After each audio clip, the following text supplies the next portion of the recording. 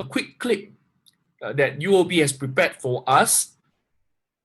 I really wanted my kids to have their own space, and I think ultimately it's where I can actually see them grow in a comfortable environment. For me, I think my family members have to live comfortably, to do whatever they want. The kids can have their own room, place where they can play.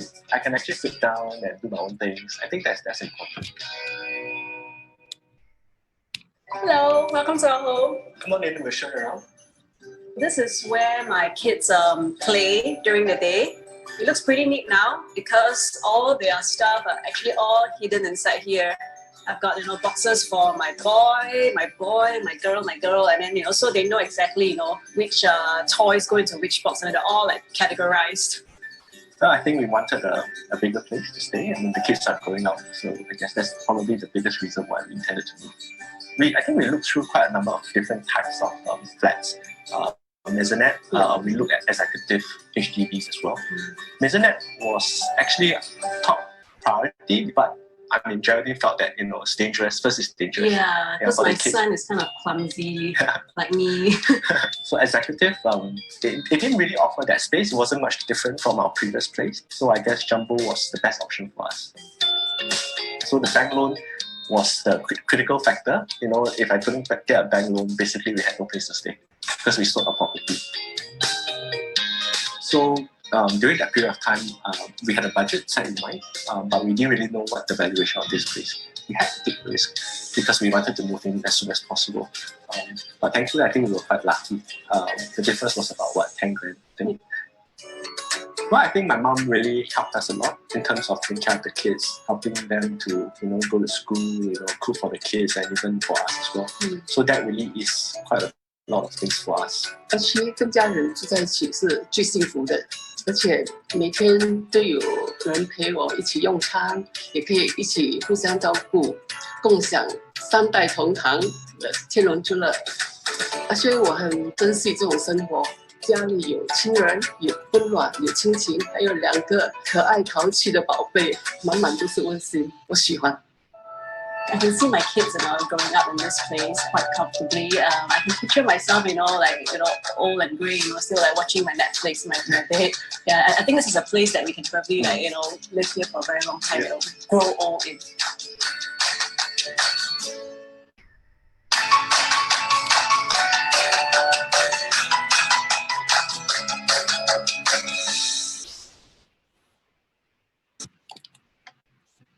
So I think that was a very short clip by UOB. So without much further ado, I'm just going to invite our CEO to come to center stage. Let me put him up straight forward. I think looking at the video, there's only one message that we want to bring to everyone else, that because some of you may not be aware, is that interest rate have actually been revised across the country, that has come down lower. So for those of you that are serving a current mortgage loan, it might be something that you may be thinking of doing it. I mean, definitely UOB is one of our partners. You can approach any PropNex salesperson to inquire on what's the latest interest rate so that's to refinance, to lower installments. One of our customers actually feedback that they didn't know by doing such a thing, right? They actually lowered their installment by a couple of hundreds of dollars a month. So resulted in quite a lot of savings. So maybe something that you can look at. Okay, thank you. And without much further ado, we're going to kickstart right away. Our CEO is ready. How are you feeling tonight, sir? Hi, good evening. Feeling really very good. I mean, I feel fresh already. I just took a shower. I went for a short walk in my neighborhood park just to energize myself. And I know this is the last week of the circuit breaker, so I wanted to give my very best. Actually, when you started to coin this topic, we were thinking whether you took some inspiration from the recent weather. There was a lot of thunderstorm happening around Singapore, silver lining and navigating the property market. Okay. No, maybe it's because election is around the corner. That's why you can see all the lightning. I think a lot of them are resounding with what we are saying now. Okay, to the thousands of people that's out there together with us tonight. So this is how we're going to do it as usual. Our CEO is going to address, give us some facts and for us to ponder. While along the way, or in fact, even you may have some questions right now, put them into the question and answer box. We have a group of panelists here ready to answer your question. Don't be afraid to share, ask anything, even though it have been addressed before. We'll continue to revisit the topic, ABSD, about property market trend or regulation, whichever. We'll do our best to add value to you. Without much further ado, I'm going to hand over to you, sir. Yes, thank you so much. A very warm evening. I know it has been sometimes thunder and showers. But having said that, today so far seems to be fine. Do not know how's the night going to be. I'll try to take you all through for the next 1 hour, and it become more important. What's so different from some of the other earlier seminars as compared to now here is I try to make it as current as possible. Some of the current situation based on the pandemic. Come next week, many of us will be able to go back to work, even though stay-home work is the most optimum or the best options that most of us should consider. Having said that, $1 million questions time and again. In fact, I've just did an interview for Money Mind for next week, and as well as I just had another Money FM radio interview. Everybody's asking the same question. Should we even consider buying? What is happening in comparison now to the previous global financial crisis? Are there any correlation or no correlation? But you have to be a bit patient because I'm going to build it up. But having said that, I'm trying to be a bit as mindful as possible about the time that we have. I will try to take the most slightly about an hour and 15 minutes, unless there are many more questions. So moving on, yes, I will just move away from some of these things. Yep.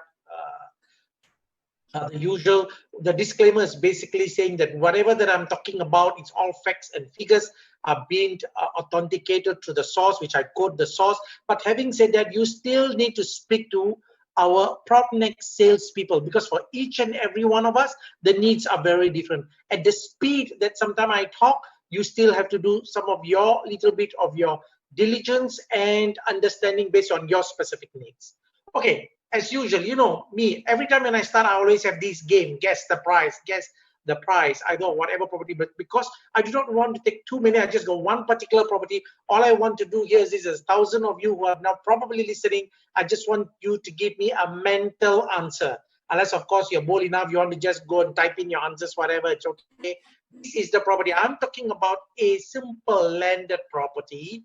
I just want you to visualize. I'm not giving you a pictorial of it. It is an inter-terrace, okay, located in the eastern part of Singapore. The land size is about 2,000 square foot. If you visualize how big is 2,000 square foot, your 4-bedroom HDB is about 1,000, double the size is the land. But because it's a double story, so up and down is about 1,800. It is freehold land. So probably now you can picture how where the location. The next point here is this. I want to also let you know this property was built in the early 1950s, about 1955, which means 65 years ago, even before I was born and many of us were born. What would you guess the price was? A freehold property. If not your parents, but your grandparents bought it and still holding on to this property. I think many of you would have probably already got the price in your mind. Let's check. The price was a mere $15,000 to $17,000 in the mid-50s. Yep. And we are talking about a freehold land. Wow. But on the other hand, you said, Mr. Ismail, why are you talking about when policeman was wearing shorts? It makes no reference or relevance to us. Fine, I can accept, but I'm just trying to tell you, Singapore has a short history and yet property prices. Well, then I'm just going to ask you, let's not go back so far back. Assuming the same property that I was highlighting and you guessed the price and I revealed the price as $15,000 to $17,000, 35 years later in 1990. Some of us can relate to 1990. Yep, if you're 30 years old, you would have already been born. But if you're now 40 or 50 years, you would have probably been a teenager. What would have been the price of this particular property in 1990? Can you guess the price?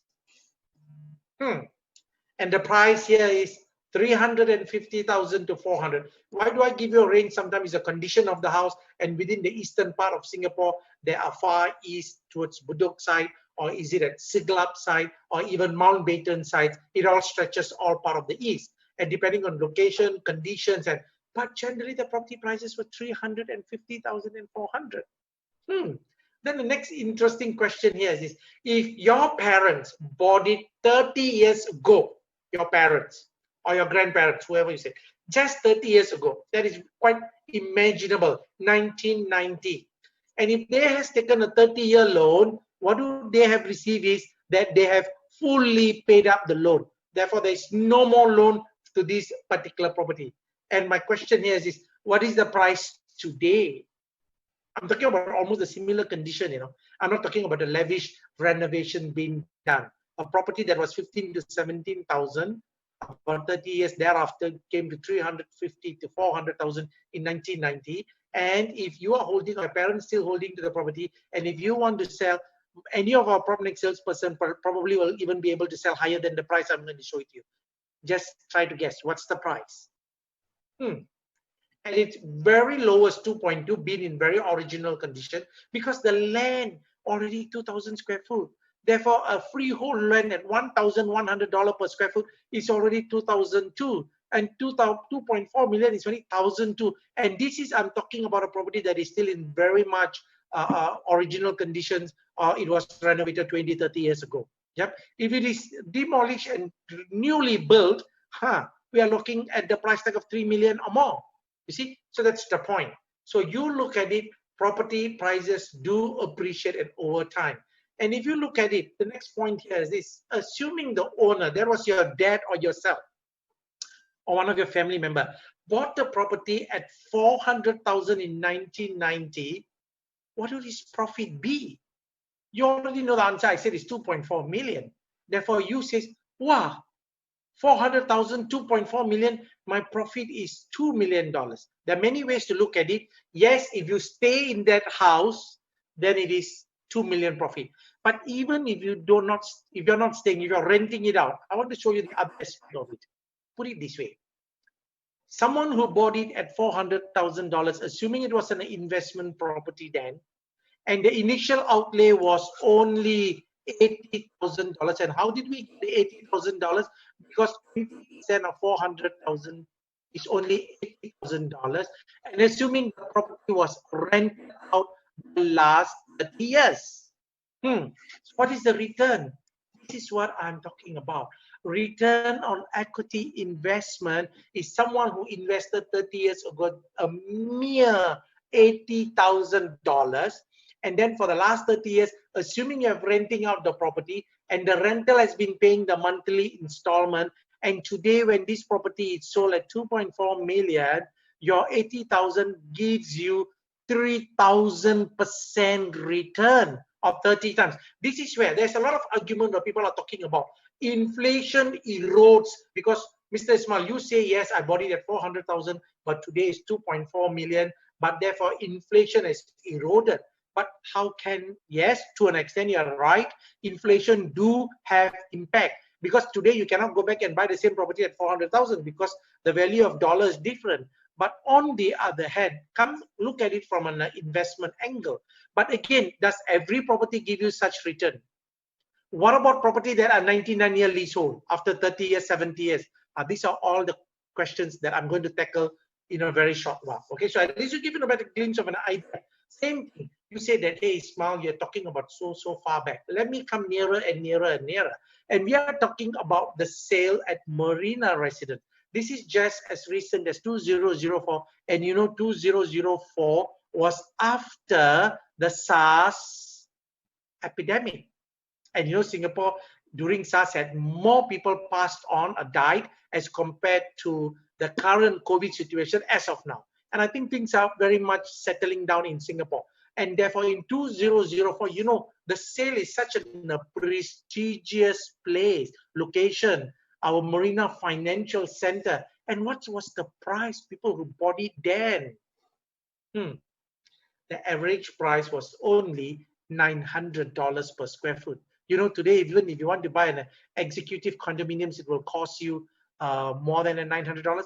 In fact, some of the HDB property in the very central location, and I'm talking about very central locations, means either in Queenstown or even Cantonment, which is Pinnacle at Duxton, the average price can even be almost $800 to $900. I'm talking about a public housing in the resale market. Yes. So what is the average price of sale now? If those people who bought it just about 2004, we are talking about 15, 16 years. The current average price is 1,900. So you see, In less than 20 years, the property prices have gone more than double. Then you said, hey, Mr. Ismail, inflation have eroded. My next question here is this: if you have bought that particular property at the sale and you have rented it out and your equity outlay of that amount was only so much, only 20% then your return is huge. Never mind, let us just move on. Here I'm just showing you some of the data and details. Look at it. I'm just trying to be as factual. These are all the properties that were bought, as I show it to you, my cursor, in 2004 and 2000 December and the early part of 2005 after the. And I even given you the sector. Their properties were literally transacted at $800 per square foot, 804, 889, 30. Yes, different sizes, smaller sizes were even went up at $1,000. But having said all, this is the real thing, the real transactions. And what are the profit? Look at the profit these people are making. And when they sell this property in 2 years ago or last year, December, 20th December, which is just before the COVID, and I'm talking about really about 4 or 5 months ago. Let's look at this. You see, this person bought the property at the purchase price was $1,015, and yet his profit alone was $1 million. How do we make $1 million? Yep. So that's my point. Even a small unit of 689 square foot, 689, and the purchase was only 1,036. 1,036. This property was only purchased at about $700,000, and yet at today's selling price at 2,366, this guy made a profit of $916,000. He bought it at 700. Assuming he only paid 20%, in 14, 15 years, we are talking about the capital appreciation, return and equity. That's the greatest point that I'm talking about property investment.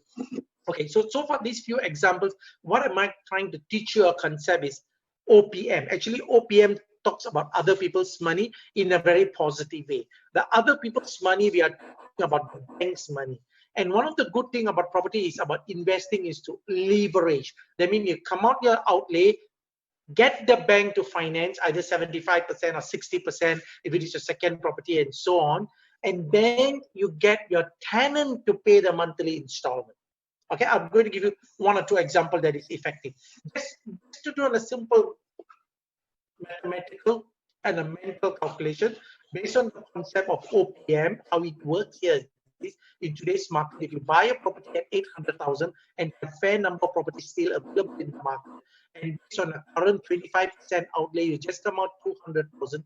You take a loan of 75%, and based on monthly installment at 1.5% is 2,070 over 30 years.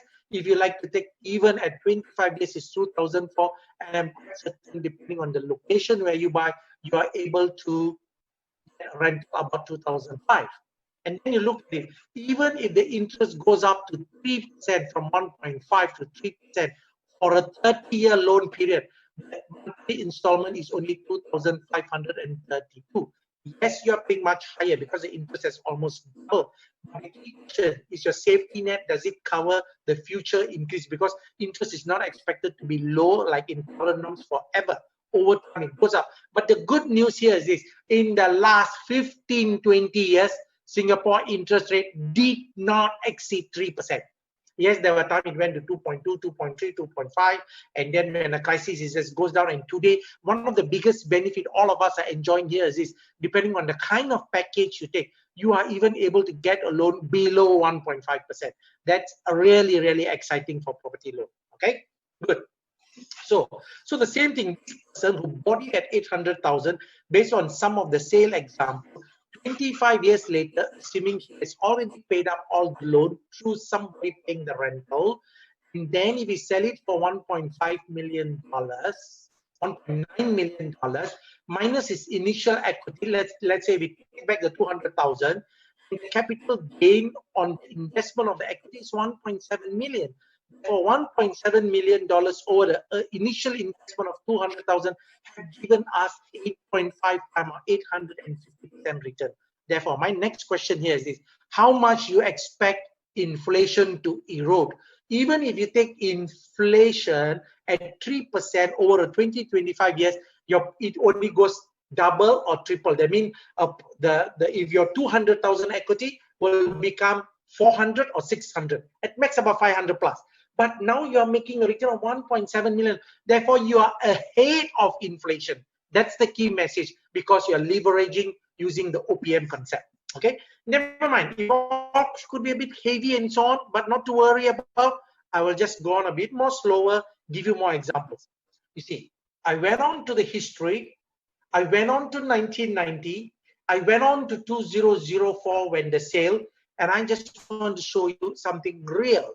Something real is that I personally bought a property at Costa. You look at it, this is a very beautiful property facing a completely unblocked river view. And my unit is somewhere here facing this unblocked river view. In fact, from my bedroom, you can see completely the river. It's so romantic, I must tell you.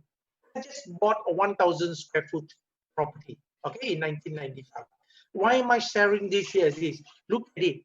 In 2019, last year in July, this is my wife and myself, DBS sent me a letter. Congratulations on the full repayment of your housing loan. Okay, so you see, whatever I talk is over time I've experienced and I'm witnessing, and I have done enough research and I've gone through the process. Okay, and this is exactly the case. I bought the property about 700,000. There was about 20 over years ago, and my outlay was only 140,000. And I took a loan of 560,000. Let me tell you, 20 years ago, the rental was only 2,005 because of the market and the inflation. When you say inflation bring up the property, inflation or the interest rate goes up, so has the rental has gone up.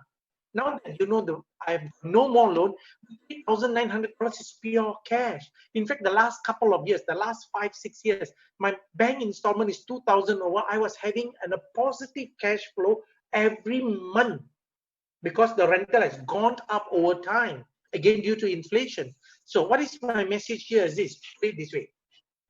Assuming today I sell Costa Rica at 1.4 million, my initial outlay was only 140,000. I can easily sell this unit for 1.4 million because of its unblocked view on a very high floor.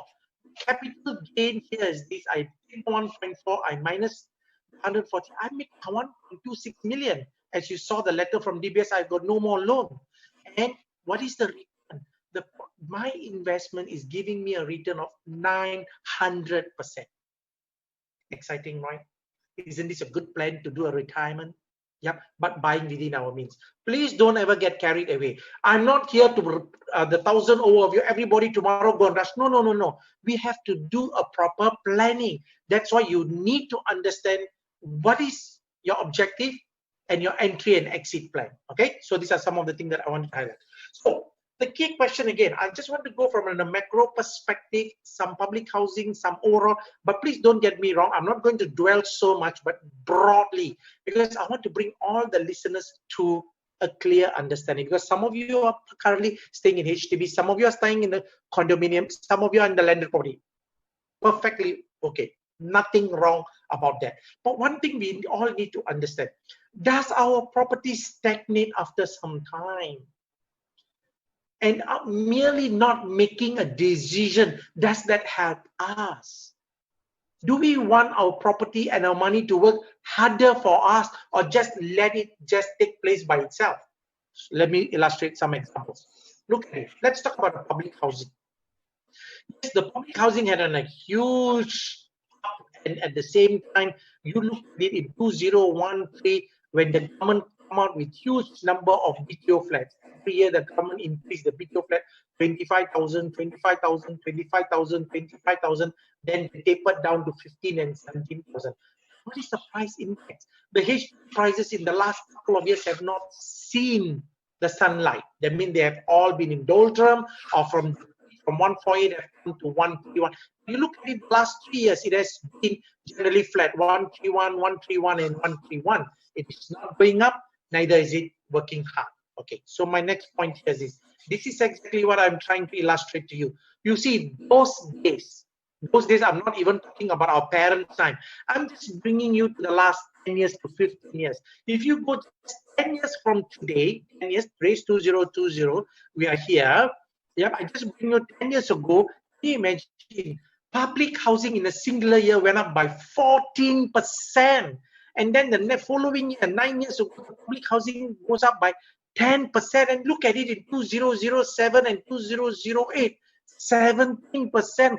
That means that if the property can go up by 10%, 14%, can you imagine if you buy a HDB 5 years later, it is almost 50 to 75%, almost double. But that cannot happen anymore because of affordability, the next generation. So what happened? That's why I said since 2003, the government increased the supply of BTO flats to ensure the price is stable or not moving at high price so that the younger generation can afford. What is the effect? Look at it, negative growth, negative growth. In fact, 6% negative, negative, negative, negative, negative. And last year, overall, was the first time in 7 years we got 0.1. I'm not talking about 1% or 0.1. And the first quarter of this year, 0. That means never go up, never come down. It's very stable. Okay. So this is the situation as far as the public housing fund. But those days was different. Look at it, property prices. 1990 to 2000, you see, from 46 to 146 is almost 4 times, and then 168 to 320 is 2 times, and we're talking about 10 years. Again, this one is 10 years, 10 years. I'm just giving you a glimpse. In the past, be it Amokyo or different size of model, property prices over a period of 10 years tend to go double or more in the past. I'm talking about public housing. But you look at it the last 7 years, it is not. And looking at the near future, in my opinion, I'm just saying public housing will keep pace with inflation. You can't expect a double-digit growth. I'll tell you why. And this is my opinion. Let me illustrate. This is what I meant.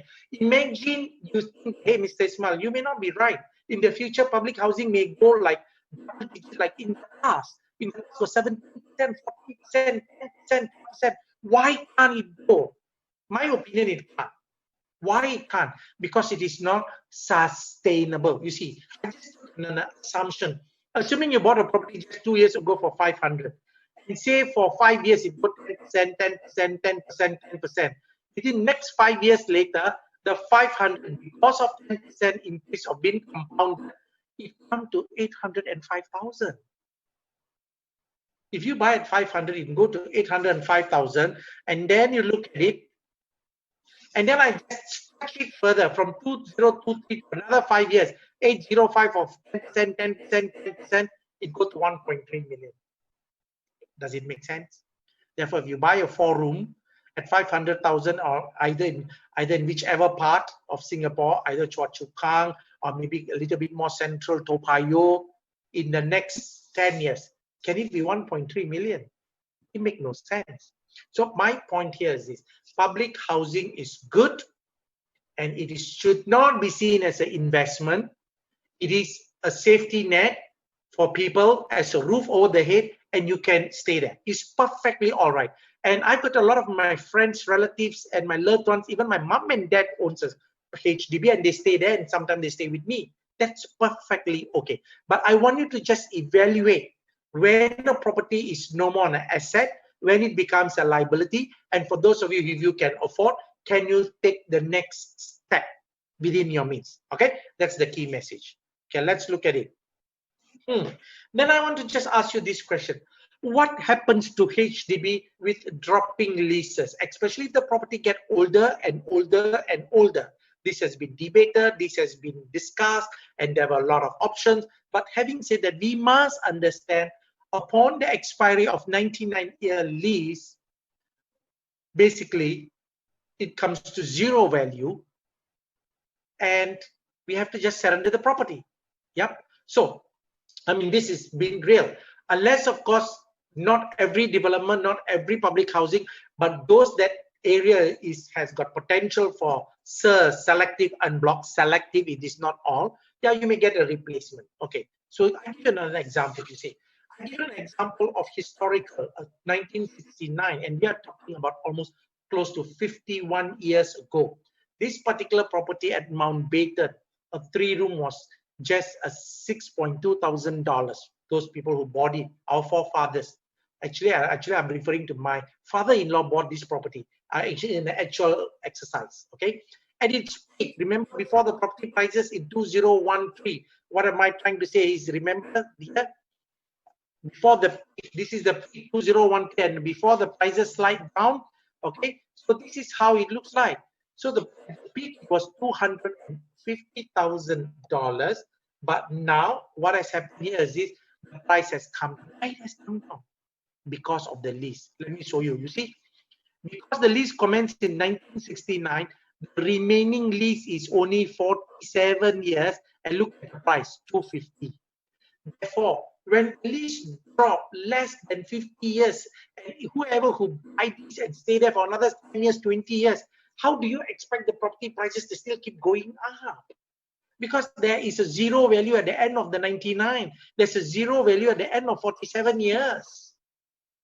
So this is something that all of us should evaluate our property, because it is sometimes we are too busy, we got no time to think. So fine, maybe we reorganize, maybe we upgrade, maybe we buy a better property, a bigger property, or a newer property, whatever, all within your means again.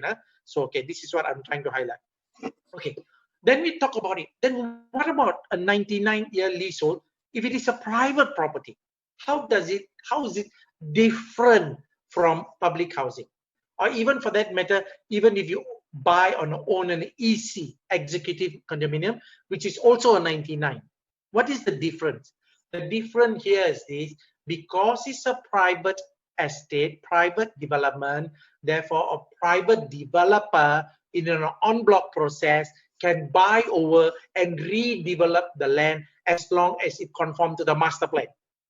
Okay? And that's why collectively the owners of the estate can come together and to do an en bloc sale. But HDB, how you want to do an en bloc to whom? To the government? It's not possible. They are totally different category of properties. So you need to understand the differences. So ECs, executive condominiums, are private property. You have an opportunity even though there's a dropping list. Let me give you an example. En bloc potential. This is what I meant. Okay, the example here is this. Look at this here. Normanton Park, 1977. Okay, when en bloc 2017. You know what is the price these people who bought in 1977? This point block, $24,000, $22,000, depending on high floor. It's only $20,000. In 1986, in fact, I bought a unit at Normanton Park in 1985 or 86.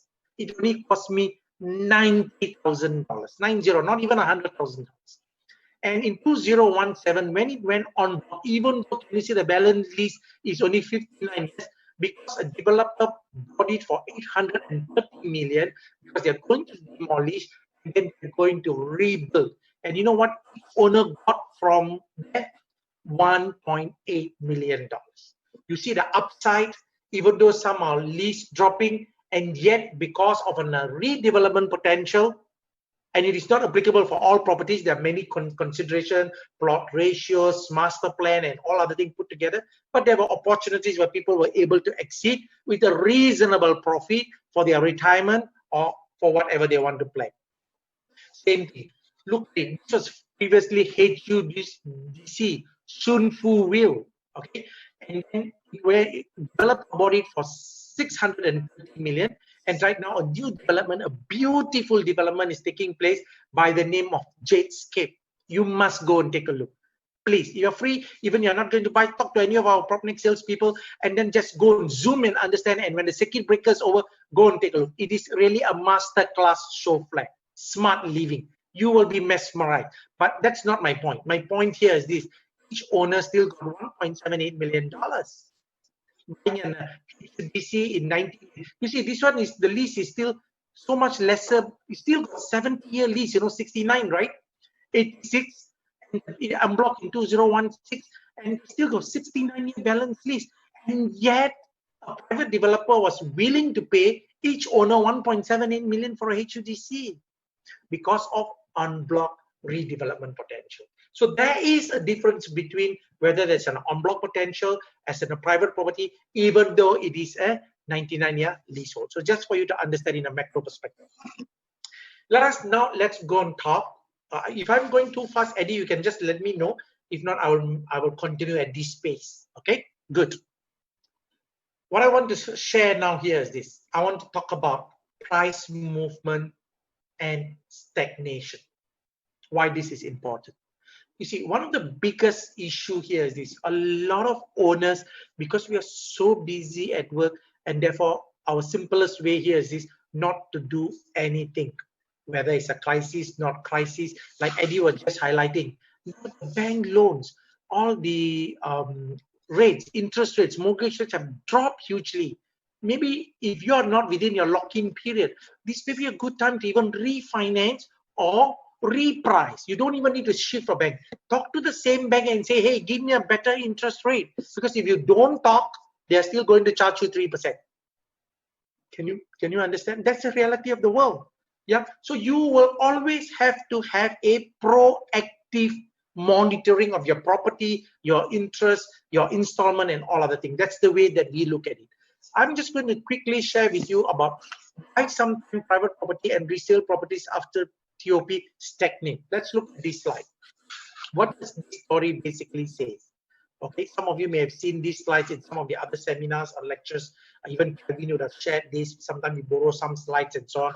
Nothing to be shy about. But the message I'm trying to highlight to here is this: Shaw residence. Okay, so in 2009, at that time the price was only $1,100, and within the next 4 or 5 years, when you look at it, in 2014 from it's 5 years, the property prices at its peak, okay, it went to 1650, and now you don't even look at the peak. Even those people who sell before the peak is 15, this is 15, 14, here is 14, even at the rock bottom, okay, this is the prices what even when it dropped, even is 13, but people only bought it at 11. So everybody would have made. But what about those people who buy here, and so on? What did you notice? There is a stagnation of price. Why? Because nobody is able to control the price. During the first 5 years, some form of a control of price, because developer stage of the price. Later I will explain that. But today, as a first view, I just updated the price.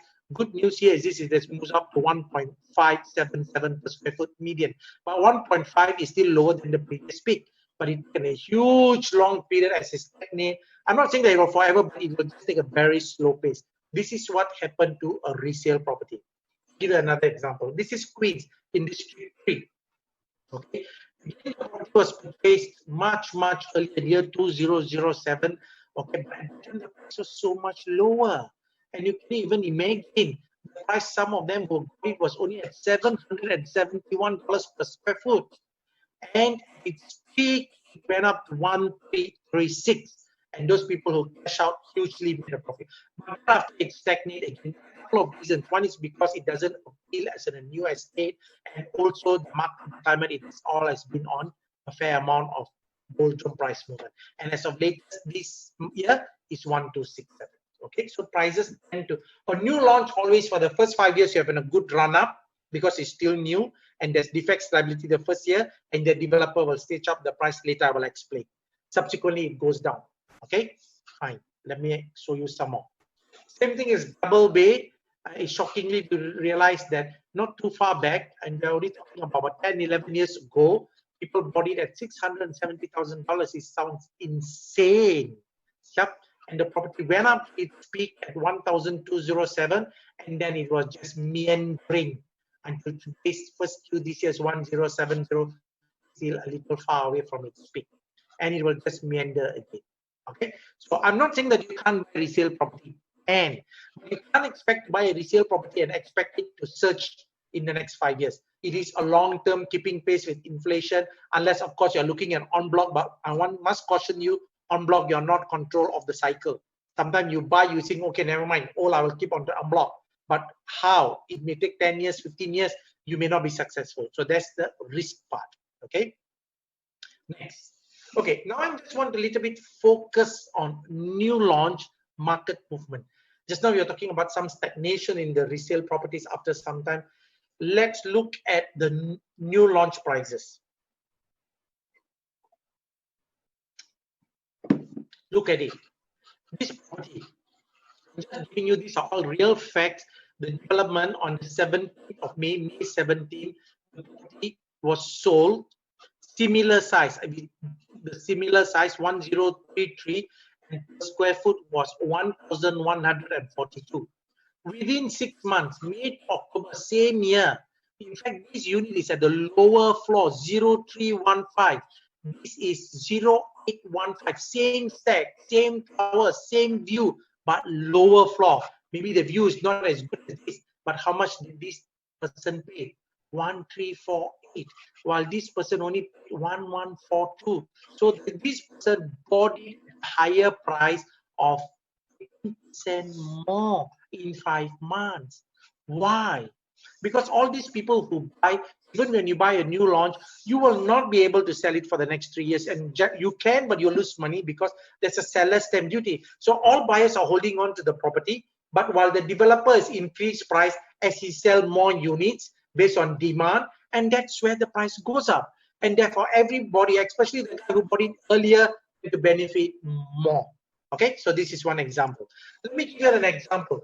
This is Seaside. I think is haven't TOP. Probably this year is going to TOP.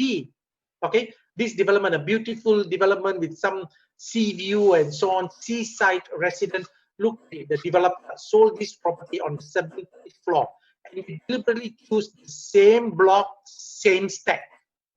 Okay, that's right. All the unit numbers are 17. Okay, so somebody who bought it at the early stages of the launch, where the developer in 2017, price it is 1679. And it is not actually 17 floor is not low. 17 is very decent. 17 and 26, 26 floor. But over a period of another about 1.5 years after, almost 18 to 20 months later, can you imagine? Again, this buyer also buy direct from developer. But how much has he paid? 26%. Can you imagine the guy who bought it at the early stage of the launch? He already made a profit, even though he is not deciding to sell because he probably only sell after TOP. And do you see just now when I show all the examples why new launches in the first 5 years there is a gradual increase in price, goes to the peak, and after that it just stagnates for a period of time. Okay, that's the way it works. Okay, so this is the example that I'm going to show it to you and explain to you. Developer stage up price, developer will do dollar averaging to price a unit, first mover advantage. All these 3 points through the next 1 or 2 slides I will explain. What it means here is this: when a developer buy a piece of land, he has committed the land price, he has got construction price, he has got marketing cost, he have got huge amount of all other prices that he have to put that together. Therefore, but what he hope to achieve here is this: he hope to achieve an average per square foot at the end of the day, so that he can break even and make some profit. Usually at the start state, the developer price it lower in order to get the momentum and to ensure he fulfill the obligation to the banker in terms of a percentage of sale. As he does his increment in sales, he keep increasing the price. I'll show you a few other examples.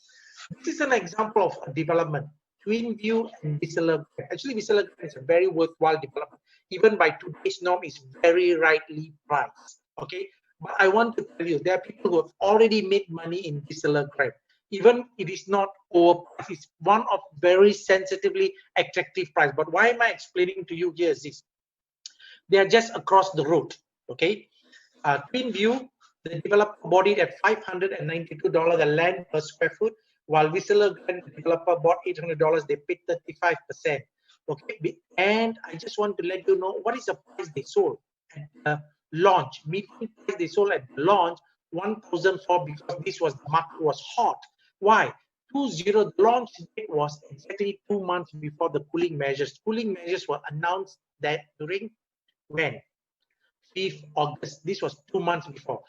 This developer launched it 4 months after. You see, what is my point?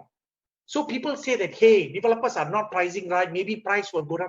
Developers are already pricing it now. sensitively, because they know if they price overpriced, people are not going to buy. And that's why even when this developer bought the land at $800, launched, these 231 people bought it at the price of what I say is only 1,327. How come he buy the land much more higher but he sell lower, while this developer bet lower cost but sell higher? Because market was, this is seller's market. Everybody was rushing, so developer sell high. But here was cooling measure announced is a buyer's market, so developer price. Is the developer going to stick to this price? No, because he will lose money. What he did, this is where you need to understand. So this is exactly I'm explaining about Resale grant. Look at it. When the developer launched it in December 18, he priced it median price 1327, 1325. He sold 30% of his 760 units. As he increased, he crossed his 40% mark, he increased the price from 1325 to 1385. When he crossed the 50% mark, 51, he crossed the boundary to $1,400. When he crossed the 60% mark, the median price became 1450. And look at it, March this year, the price is 1483, and 18 units were sold. Total, he has sold 500, and he has already hit 70% mark. So would you not say that person who bought it here, launch is still under construction, I haven't POP, and versus, can you see the price going up?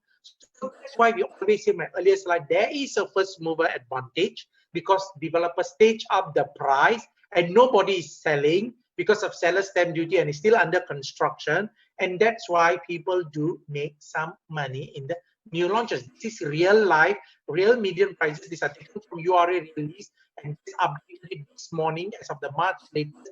And look, the price is much higher. 18 units were sold.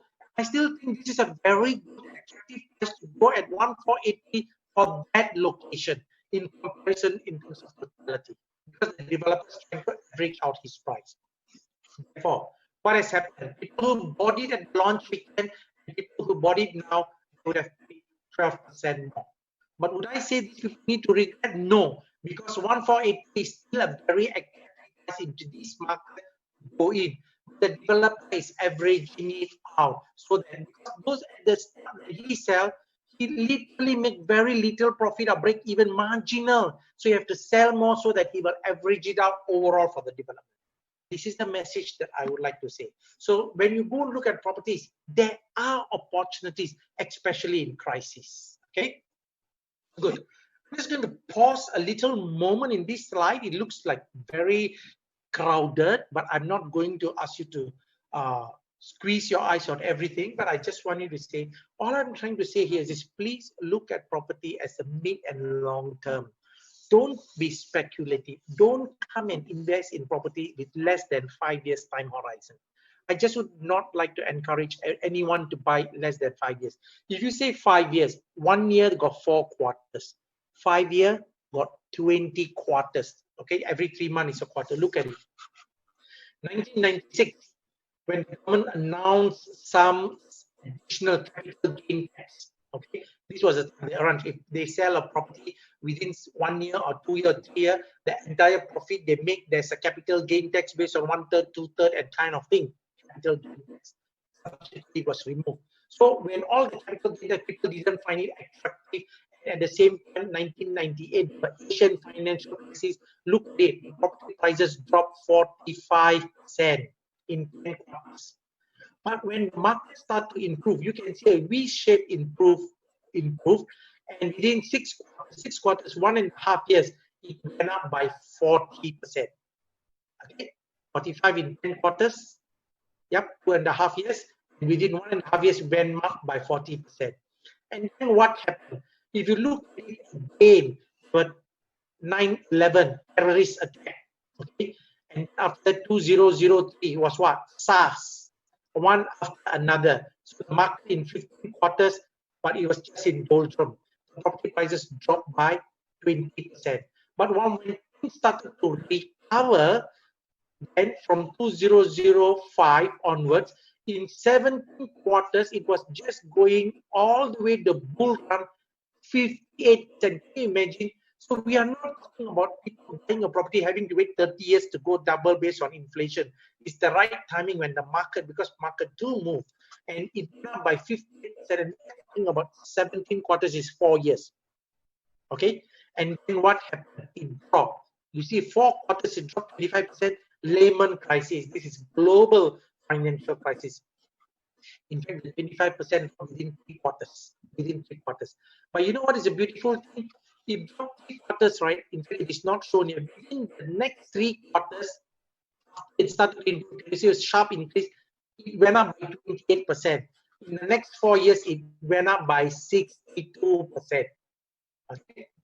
Then in the next 15 quarters, because 2013, what happened? Government announced TDSR, total debt servicing ratio, and more cooling measures. So in 4 years, it went down. The market find its footing and start to move up, went down 12%, and then came back 12%. It was moving until the government announced in 2018 another announcement. 2018 was the cooling measures, 5th July, and that market just moved, and today is about -1%. Okay, so generally speaking, if you look at it, if you buy a property with a mid and a long term, 5 to 10 years, you are not going to be in doldrum. And again, if it goes down when it go up, and then it goes down, it goes up, it's always higher than the previous peak. So you can ride over time. So you must plan your exit plan, not to be speculative, and you must have the holding power. Okay, so these are some of the things that you probably need to understand as far as the general perspective. Okay, one more thing I want to say here is this. If you say, hey, Mr. Ismail, global crisis, the prices drop, so should I wait for the prices to drop? It will not happen. You know why I say that? Even look at SARS 2003, V-shaped. No, it was just like that. You know why? The global crisis is uncertainty, because people didn't know whether during the Lehman crisis, America, some of the capital markets will go bankrupt, and many of those people who invested, ASEAN, Asia countries, will all be pulled down a global recession. But they realized within 3 quarters that it was an American problem. Asia was doing well. It was all good economy, and that's why it started immediate recovery. SARS, or for that matter, this pandemic, the 200 over countries in the world are experiencing the same problem. So nobody is panicking to sell. Yeah, and so does the developer is not panicking to sell, but he does give attractive prices to have the momentum. I'll explain to you a little bit more. Look at it from the stock side. Okay, just over a period of 5 quarters, from 26,000, it has come down to 29,000 according to URA latest update. Therefore, people are still moving and buying, and therefore the volume has dropped. Then big people ask, hey, Mr. Ismail, is 29,000 huge number? Is there going to be a glut? I don't think so. Why do I say that? Look at it. And I'm going to tell you our historical pattern demand. Okay, this was really during the global financial crisis, Lehman crisis. That's why the 4 quarters, remember, when property prices dropped, everybody panicked and there wasn't a volume of transactions. But then you look immediately after the global crisis, 14,000, 16,000, 15,000, 22,000. Why this? What happened to 2013? Total debt servicing ratio, cooling measures, and all other things, seller stamp duty, additional buyer stamp duty, everything was nailed by this year. What happened? Even with huge amount of cooling measures announced, again, we still got 7,003, 7,004, 7,009. Therefore, there is an inherent demand of $7,000 to $8,000. And that's why, in fact, in 2017, it went up to 10,000. It was looking rosy, but the government again announced the cooling measure middle of 2018. And then last year, and the first quarter. If you ask me, what will be the numbers this year, Mr. Ismail, you're expecting private home sales? I'm absolutely confident you will have another 7,000 plus or slightly more, depending on the market, despite being a pandemic, COVID, because there are buyers who take advantage in a crisis, attractive pricing. Okay. Next thing, why property prices generally hold? Because look at it, developers have hey, those people who bought the en bloc sale and government land sale 2017 versus those who bought it in 2018, they've already 14.5 to 20% higher price in terms of the land cost. And this is all going to build into their cost. And developers generally have 5 years. And next point here is this. And a lot of articles have been in, you can go on YouTube and Google this and so on, from the words from the minister. Construction costs will rise. Why will it rise? First and foremost, the development are going to be delayed. And you know, because during this circuit breaker, and now all our foreign workers all quarantined, and hopefully coming next week and so on, some of them will be cleared, some of them, and then even all the construction side, they will also have to observe social distancing, more restrictions and more control environment. All these things is going to add on to the cost. Then what about supply chain? You want the steel, the material, the cement, the bricks, on all items, your ceramic, your marble, your tile, all come from all other part of the world. And in terms of logistic and all other things has slowed down because of the current COVID pandemic world over. So all these things take time, and time is money. The longer the developer take, and then the cost of interest, cost of construction, and basically construction costs. So you are looking at a situation where developers have committed a higher land cost, and yet construction go up, and how do you expect the prices to come down? And then you look at it, look at private rental volume. In the last umpteen years, it has been going up 56,000 to 70,000 to 89,000 to 93,000 as of last year. So Singapore is not getting all those people who are renting out to get lost from Singapore. They still need to work. And next thing here is this, look at population. The key issue here is this, the population in the last 9 years in Singapore also has not gone down from 5.8 million to 5.7 million. Another 620,000 people have come into Singapore, either to the birth or either to the new immigrants, or as well as the workforce, including new citizens and PR. So what about all these people? Do they need roof? Do they need place? So this is from a macro perspective. So that's why when we look at property and the absorption rate, so when I look at it, the unsold unit is 29,000, inherent demand from 7 to 8,000, good years can sell 10 to 12,000. So within the next 3-4 years can be absorbed.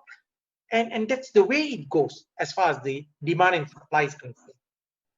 And then what is another very interesting thing, compelling reason people are looking at it? Low interest rates. But though they say Singapore rates unlikely to stay negative, because today the interest rates are even negative. I'm talking about the SAW rates or the swap offer rates and so on. Look at it. In fact, this is today's article, Business Times. If for those of you who could, it went down to minus 0.1, and you're talking about 1 month SAW, okay, or SIBOR, 1 month SIBOR turned negative briefly. It means it's really like free loan, but the bank don't give it because bank have got a thing SIBOR plus their board rate or plus what percentage. So today you are getting a loan at, and even 3 months SAW or 6 months is all less than 0.5%. Therefore today you are able to get a loan at less than 1.5%. Many banks. And some banks will get you 1.6, 1.7, depending on it fixed, depending on your comfort. Where can you get? So does people look at this as an opportunity to take a loan? And because when you take a loan at a low interest rate environment, your installment is lesser. Not only installment, even you pay $4,000, you realize because the interest is so low that you are paying your principal more. That means out of the $4,000 you pay monthly installment, the interest could only be $1,000. But $3,000 become a forced saving of reducing your loan because interests are low. Can you imagine the otherwise? If interests are high, you still pay monthly installment $4,000 or $5,000, but a bulk of it goes to pay interest. That is the beauty about the current market condition. Okay, so let me very quickly, because I know it's 9 o'clock, I try to wrap up in the next 10-15 minutes.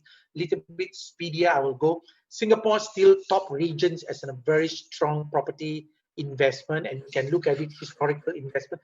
I mean, these are all urban land institutes, PwC, Price Waters, and so on. They do a ranking and how, you know, after the cooling measures dropped, the market was not so good. In fact, 2018, 2000, Singapore is ranked ahead of Tokyo, Ho Chi Minh, Sydney because of everything together, resilient market, transparency, and every aspect of it. And again, if you look at many other things, this is for the cost central region, research by Demography and JLL. You look at it from 2010, 15, 18, 19. Singapore property prices in cost central region become more affordable in terms of median home price to income ratio compared to London, Hong Kong, and elsewhere. That's why Singapore is attractive as an investment for many foreign investors, or for that matter, those people who think that they want to go and own a second property. Show you some more. Singapore residential market resilient due to strong foundation. The foundations come from government policies, strong currency, security, and all other things. Okay, so generally, before I want to go, if you look at it in the market, cost central region or rest of the cost central region or mass market, what is the price range? This is okay. This is a little bit more. I'll let your agents explain to you because of time. I'm just saying that by right in today's market, the property prices at the cost central region should be 2008 to 4005 per square foot, while the rest of cost central region is 19 to $2,500 per square foot. And what is happening now here is this. Let me just give you a glimpse. The top 10 selling project for last year. Okay? And Treasure is extremely well at 1340, and mainly because of price, Star Florence. And this is even a glimpse. The OCR is all going at 1340, 14, or 16 Clementes because it is more centrally located. In the RCR. But what I want to show you is something more interesting here is this. When we talk about the OCR, RCR, and CCR, what we are referring to here is this. CCR is in blue, the cost central region. RCR is a darker blue, the surrounding the cost central, and OCR is all other part of Singapore. Why am I trying to highlight this to you here is this. I want you to look at this slide. Then you can understand the difference. What am I showing you here is this. Here you can see the price movement, the median price. The blue is CCR, the cost central region, district 9, 10, 11, and then you have the RCR price and then the outlying areas. So if I want to compare the last 5 to 6 quarters, 1, 2, 3, 4, 5, 6 quarters, look at the price of the cost central region from 2885 have dropped down, while this RCR from 1714 has gone up marginally, and the outlying areas have gone up very much higher. So if you understand this, my next slide will explain to you.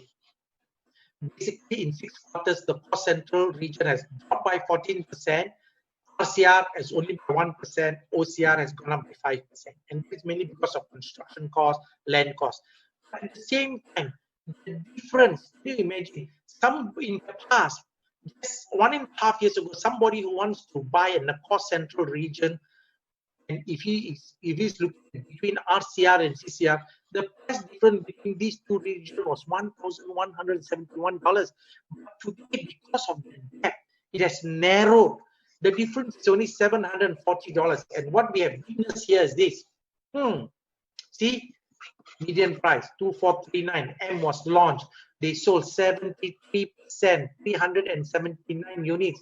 And who are the bulk purchasers? Well above 85% were Singaporean.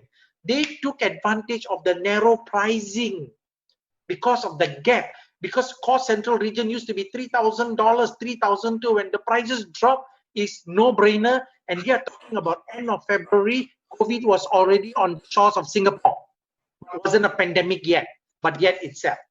Look at copper at Newton. You know when was copper launched? 2 days before circuit breaker started in April, first week, launch date, April. And yet the developer till date have sold 92 units. And what is the price? 2252. Isn't it attractive and a cost central unit? Will you ever get at this price if it is not for this pandemic? Will you? Believe me, the developer would have priced 2005 or more for a cost central region. That's the beauty about crisis. Developers understand these things, and that's why they price it sensitively, because savvy investors who know the price point, looking at the mid and long term, enter the market and pick up the units. Look at Sterling Residence. Okay, this isn't a huge development, and the development have sold 969 units. Yes, the launch date was 2018. Total unit is 1,200, but they have sold 77%, and median price is 1,908. but you will be able to get many units at, again, well above 1,008. And why I want to highlight to you here is this. Where is Sterling? Look at it, Sterling. This whole this shaded District 9 and 10, and you know District 9 and 10 is what? Or central region.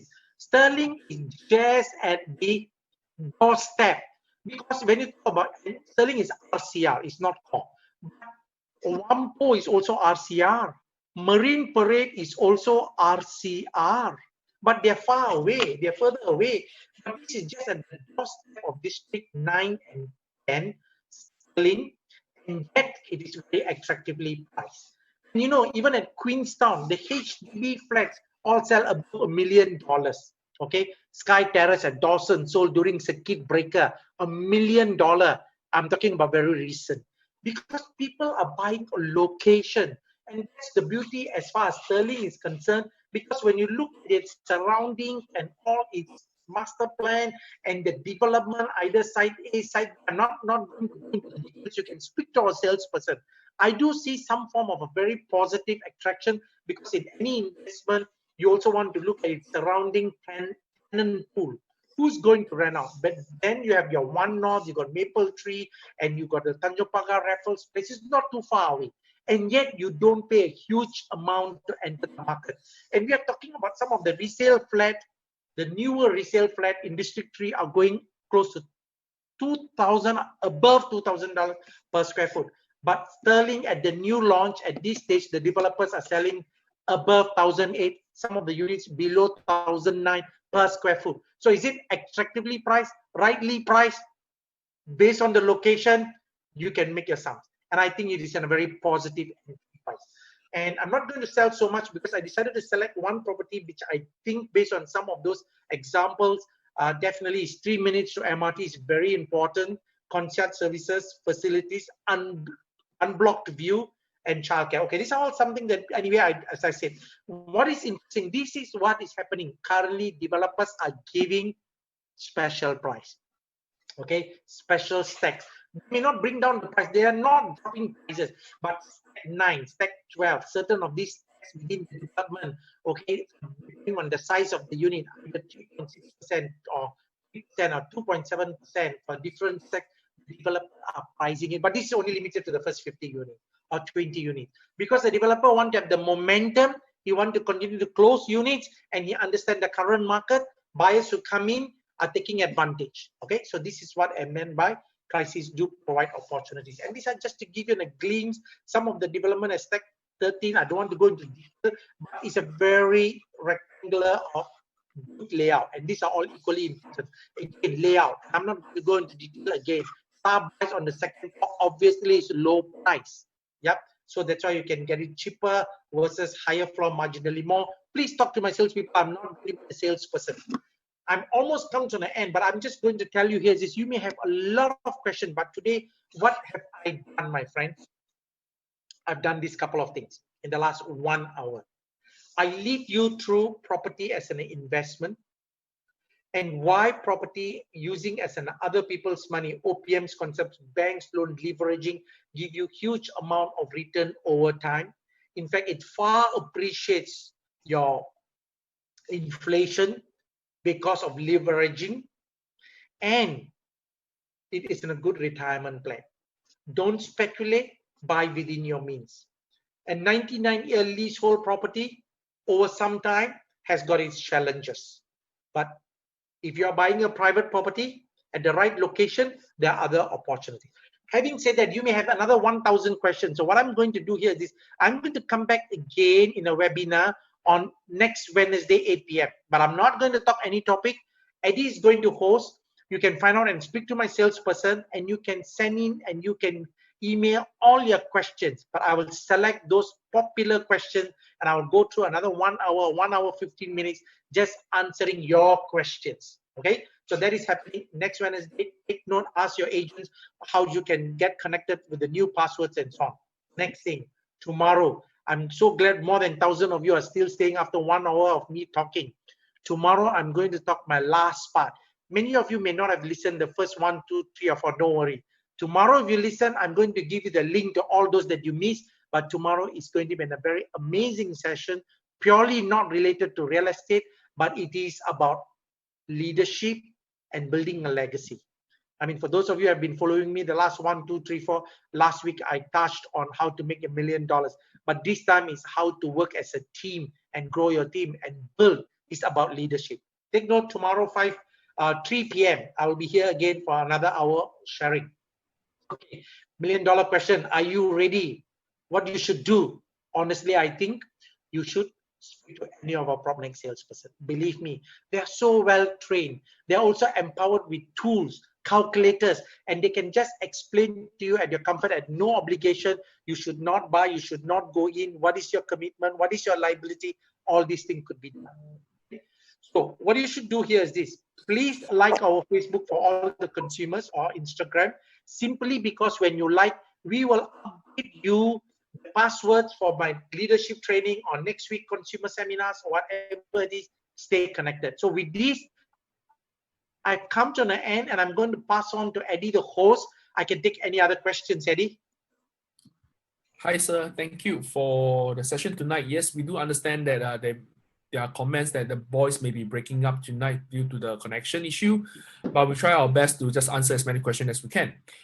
So just now you mentioned about using other people's money because they were asking, how come we did not include into our factoring consideration on ABSD? That means if they were to pay a ABSD, does the concept of using other people's money still holds true? Okay, I mean, I will answer this question for sure. Put it this way: if you buy a property at 800,000 as an example, and assuming if you pay an ABSD as a second property of 7%, 7% of 800,000, in fact, you are buying it at 800 and maybe $60,000. 7 times 8 is 56. So you are paying $50,000 to $60,000 more than the 800. But whether even you factor the ABSD, if your game plan is long term, so the other people's money concept definitely works, because when you sell the property and your equity is only 20 or 40%, and then when you sell it, you still make it. Maybe if you don't make 9 times, you may make 8 times or 7 times. So the message that I'm trying to say here is this: whether you pay ABSD or not, the other people's money concept, let's not sound dirty when we say other people's money. The concept here is this: leveraging, taking a bank's loan and getting the tenant to pay the monthly rental to pay towards the mortgage. So that's the way we call it as a concept. So other people's money concept effectively work even having to pay an ABSD, because an ABSD is only a small component, 800,000 plus 7%, 856, versus eventually when you sell, your appreciation is much higher. Yep, that's the way I explain it, Eddie.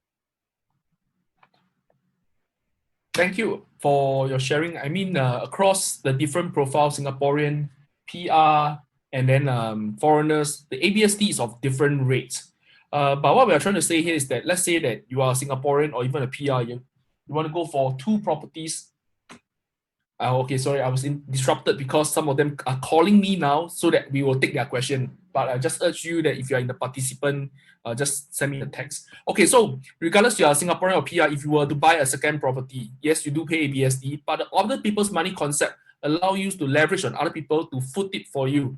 If not, you will be the one that's forking it from your own pocket. Second thing, I think it's about the split of the ABSD. Imagine this: you have a first property. It's not about the ABSD. It's our salesperson are able to advise you on how to plan for your tax structure, because we see a lot of critical mistakes that a lot of people make. For example, because at their current comfort or even their affordability, they buy a small unit first, and then on the second unit, which is their dream home, but they are still unwilling to release the first property because of sentimental value, they bought a second property which was larger in value than the first one, which means to say the ABSD was also in turns higher. So in terms of planning for your property, whichever is bigger, whichever is smaller, or maybe in some of your cases, really, we have seen so many cases that actually a lot of people could have avoided paying unnecessary ABSD. But the third thing is that if let's say that ABSD is a necessity, maybe we can look at it this way. take the ABSD, divide by 2 properties. That is the cost for holding each property. And then each property are also still holding their value and also having a chance at capital appreciation. And one of them is having a rental return. Maybe this is what we want to share in that sense itself. So, Thanks, sir, Eddie, the for, next... Yeah, okay. So hold on, Eddie. Thanks, Eddie, for elaborating. Yeah, the many ways that you look at it is whatever you said. I totally support that. And again, when we look at it from the ABSD perspective, the developers are also giving a discount. Your low interest rate environment also save you cost. If you say that no, you want to wait until because you're not comfortable, when the market is not to your advantage, when the developer increase the price, like in some of the example I show it to you, 12%, 21%, eventually you're paying more than what the ABSD included. For example, let's say, you see these are cooling measures. Are we expecting the ABSD to be there forever? Or as a cooling measure, there will be a time where the government may relax some of it, may not totally remove. The minute when the government adjusts, I don't want to speculate, neither am I suggesting, but it has happened in the past. And the government says that all these measures are cooling measures, not permanent measures. Since cooling measures, if when the government try to tweak some of these cooling measures, reduce the ABSD, what will happen? The demand will come up. When the demand come up, what will happen to the prices? Price will go up. Therefore, at the end of the day, we are so hesitant to pay the 7%, but eventually we may end up paying more than 7% because of demand and prices gone up higher than that. I think that's the true scenario, that people that have committed to a second property before the 6th of July 2018, you pay the 7%, and then people after that, they pay the 12%. So this was what Mr. Ismail was trying to show everyone, is that yes, we can always wait. And then on the night of the launch, suddenly government announced ABSD increase another 5 percentage point, which is quite drastic in that sense. So this is like an ERP. Once the ERP gantry is there, the only thing that can go up is up or down, but the gantry will always be there. They can adjust the value of the crossing. So it's just a control measure. It's just government turning on the tap.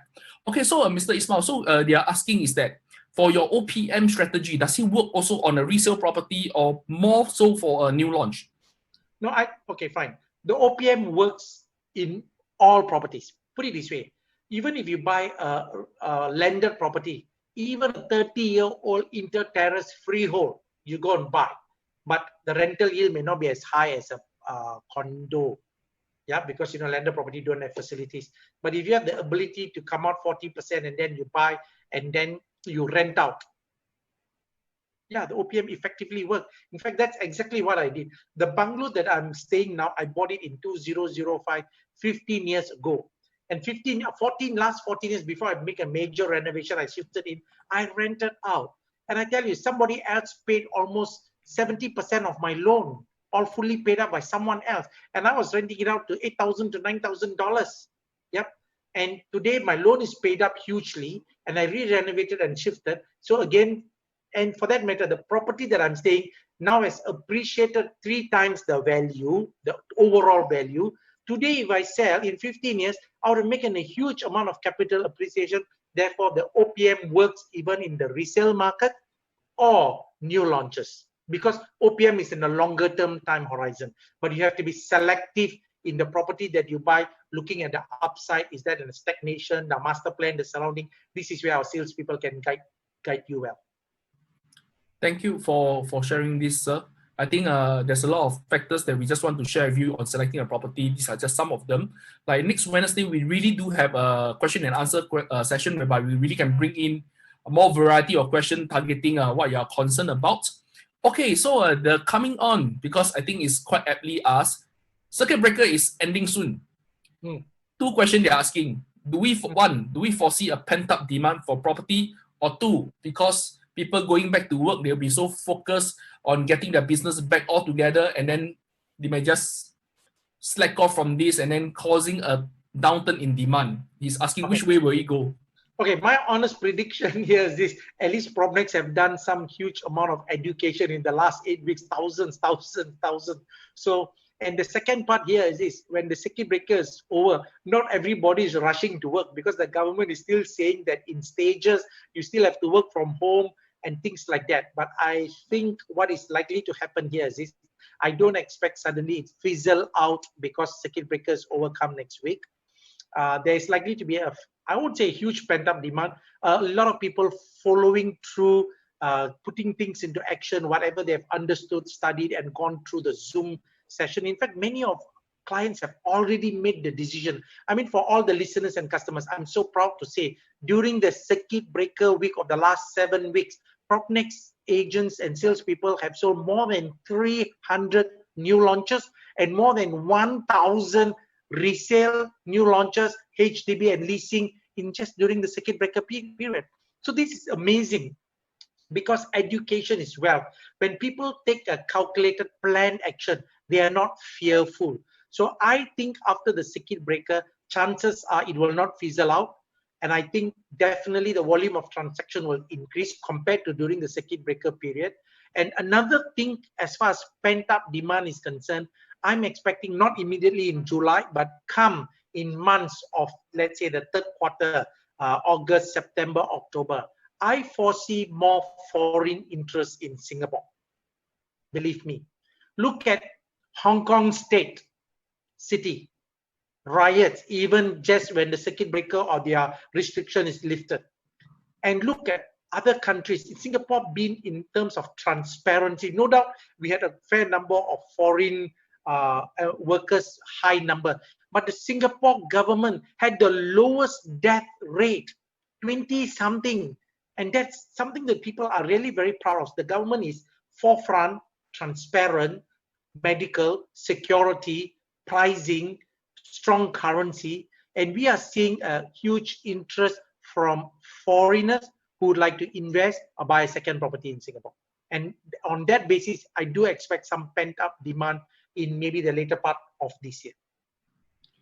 I think I would have to agree with that. On people, they were thinking of buying before. That means they have gotten their finances together. They have planned for it. People that have planned for it. Actually, what we want to I really urge everyone is that when doing a property purchase, it's not just about the down payment. Our consultants are trained to do a full portfolio analysis for you, including setting aside a reserve fund. That is very, very important, because today's situation really let us look hard at the situation. If, let's say, something were to reoccur in the future, will we be able to sustain the mortgage payment and not be stressful about it? And the next thing is that people that already have planned for it have set aside a reserve fund and already know what you wanted to do. If you are thinking about changing, I mean, this one, because UOB is here as well, I think they will know. For you to get a bank loan, you need to have 12 months of CPF contribution, 3 months of pay slip itself. To get a mortgage loan in Singapore is not easy. MAS and the banks have done a great job to assess that the person is of sound financial status. So if you're thinking of job switching and then you're thinking about upgrading to a new home or even buying a first home, if you don't time it properly, you might lose the opportunity and to wait for another cycle. That means if you do a job switch, you go a sabbatical for 2 months, 3 months, right? You might have to endure another 6 months to 1 year before you can really buy your first home. This might be something people who are planning your family, really talk to a salesperson, see how you can. This is something that we really need to think about. Not to say that you're pushing to buy, not true. For people that have really urgent needs, go through a proper financial planning before you do anything. That's what we are trying to say.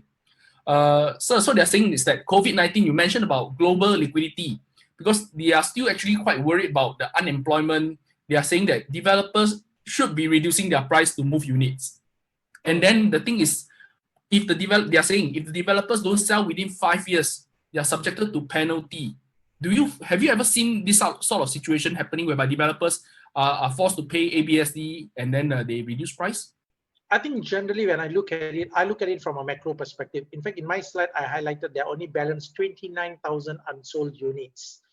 And developers generally got 5 years from the day they bought the land. And the best part, because of the circuit breaker, developers are not able to open the show flat. The government have given them additional 6 months, which was already announced. Therefore, even though they can't sell for the last 2 months, in fact, it is not true that they are not selling the last 2-3 months. Developers are still selling smaller number of units. Smaller number of transactions, volume of transactions. Yet the government is very sensitive and fair, have extended another 6 months. Therefore, I don't see developers are panicking, because there aren't any development, those that are recently been launched with a huge number of balance units in a stage of having to reduce prices. Second thing, developers having bought the land prices and looking at the construction costs in the near future going up, there's no reason for them to drop prices now. So looking at supply, looking at construction costs, looking at the time horizon they have in their hand, and knowing that this pandemic is not something that is going to last forever. If everything is fine, assuming it is cleared within the 6 month, 9 month, or 12 month, I do not know, things will rebound back. And therefore, I don't think prices will drop hugely. And I think, in my honest opinion, for the rest of this year, private property for the first quarter have dropped by 1%. If at all, because of very attractive pricing, developers are selling slightly lower. At best, it will drop for the rest of the year is 2 to 3%. That's all, nothing more. Thank you, sir, for sharing this. In fact, if we can all recall, is that there were two things that happened. One of them was the government relaxing the qualifying cert for Singapore registered developers and listed developers. So there's one less stress for them. Second thing is that if you notice that the Singapore government have reduced the amount of land supply, that means government land sales. Yeah. Yes, government land sales. So in that sense, government also calibrate the supply of land in Singapore very carefully, and every year we digest about 20 over 1,000 units of new launches every year. So this is something that some statistic. Actually, we used to cover this a lot, but because we cut it down because it's a webinar, in the physical seminar, actually we really run through very, very in depth. So maybe in the next week's Wednesday, if you tune in, we're going to show that slide. So if you're keen to see that slide, you come in. Actually, Mr. Ismail never prepared a slide, so I'm trying to force him to show it. Okay, so let me just take one or two questions more, and then I think we can all push the rest to the next Wednesday.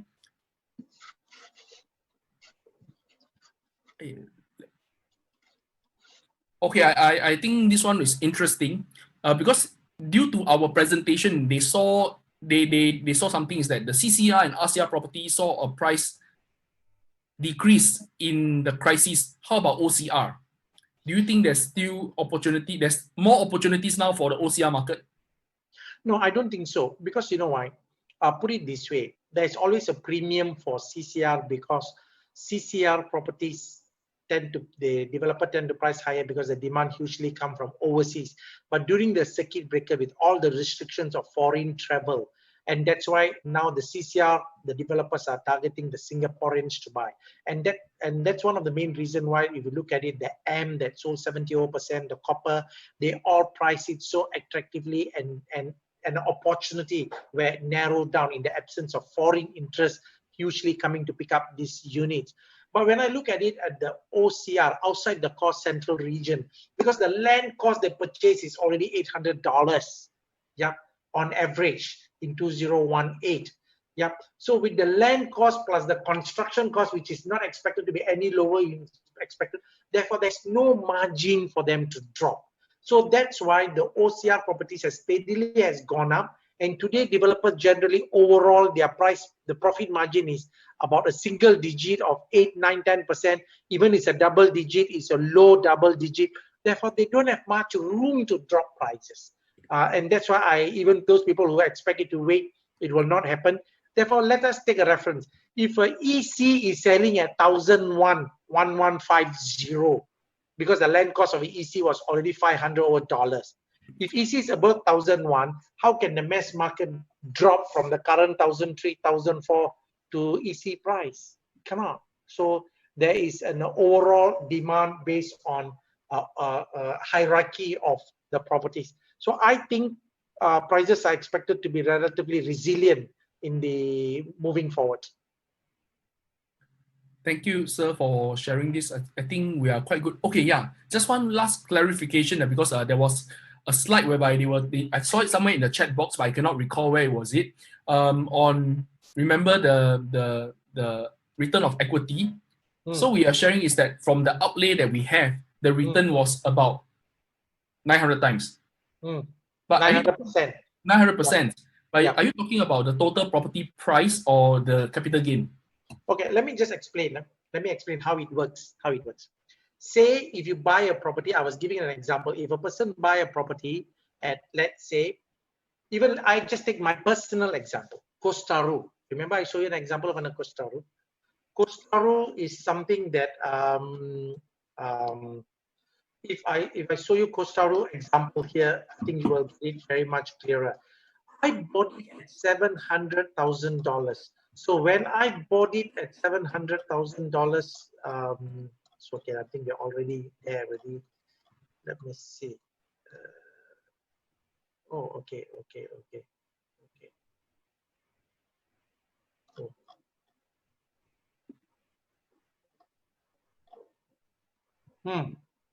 Okay, so this was the point. I bought the property at $700,000. I only need to come out, I mean my whole hard cash, my savings, I come out with $140,000. Okay, I took a loan, $560,000 loan over 25 years, and I'm paying the monthly installment. Who pays the monthly installment? Because I've been renting it out from 2005 to right now 3009. Every month I collect rent. I use the rent to pay the monthly installment. And this is what I meant by last year, DBS Bank sent me a letter to say, congratulations, you have fully paid up the loan. Therefore, I got no more loan. So this property that I bought at 700, I only came out 140,000. Now I took a loan, but the loan has been fully paid, discharged.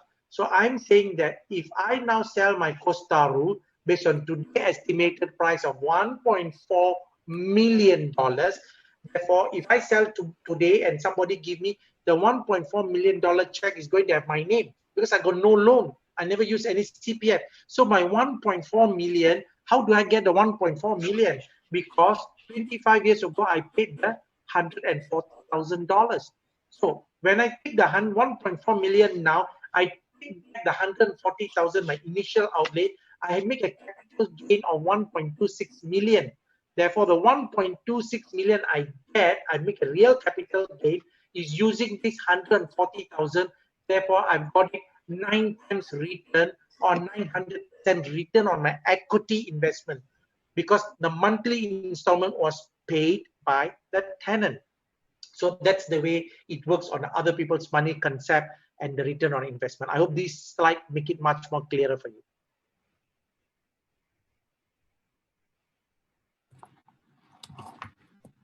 I think, thank you. You really make it very, very clear because just now there was a CFO of similar caliber was questioning me on the calculation. So I was calculating. I hope that you back me up with this. So I thought, okay, I'm correct and we are correct. Okay, so main thing is that what they didn't understand was the 1.26 million was not contributed by us. So actually with the 140,000, we actually got back that 1.26 from the tenant's rental, from capital gains, from everything else. I think we cleared the air over this one. Okay, thank you, sir, for your precious time and willingness to go through these small little details with us today. So really urge everyone, tomorrow join us for the leadership webinar. It's really 1 hour of fun, light-hearted, but a lot of deep meaning to it. I myself also benefited a lot. It's the episode number 5.